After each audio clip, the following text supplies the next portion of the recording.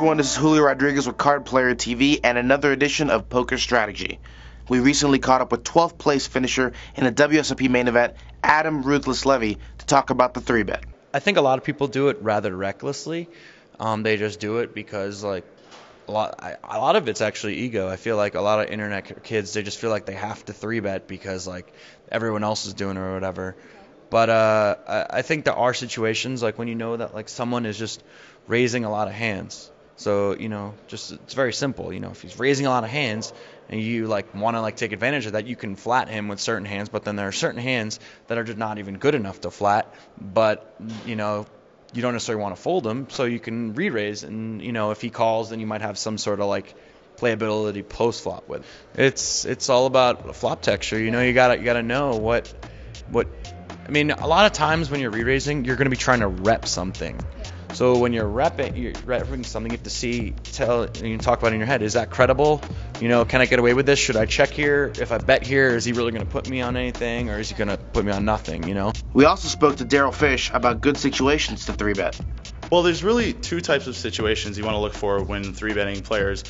There's when you're short stacked and you have 30 to 40 big blinds where you can put pressure on someone. If you 3-bet them, they're going to have to make a decision for their tournament. And if you feel like someone's not going to be willing to push back at you, 4-bet shove on you without a big hand, then you want to 3-bet them pretty liberally if they're raising often, because they're going to be put to a decision where they can't really call you because they don't have enough chips. So they have to risk their tournament or fold, and they're more often than not going to fold. And then the other side of the coin is when you're deep stacked and you have 70, 80 big blinds, whatever, and someone's raising and you feel like they're the type of player, if you re-raise them, they're going to call, and then often they'll miss the flop and just check fold because you only hit the flop 70% of the time. So if you think that they're a weak type of player, you want to 3-bet them with suited hands, sometimes pairs, just to balance your range a little bit, and they're going to call and then check fold so often that you'll show a profit even doing it with any two cards in a lot of situations. Fish also gave his thoughts on which hands he likes to 3-bet.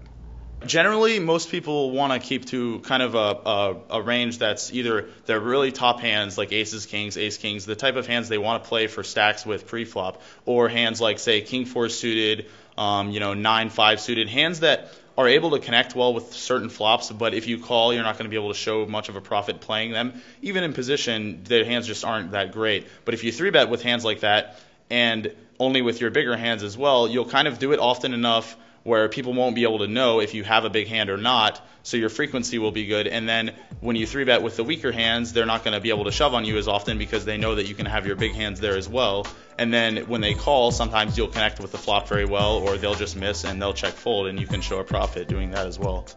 Thanks for tuning in to this episode of Strategy. This has been Julio Rodriguez for Card Player TV.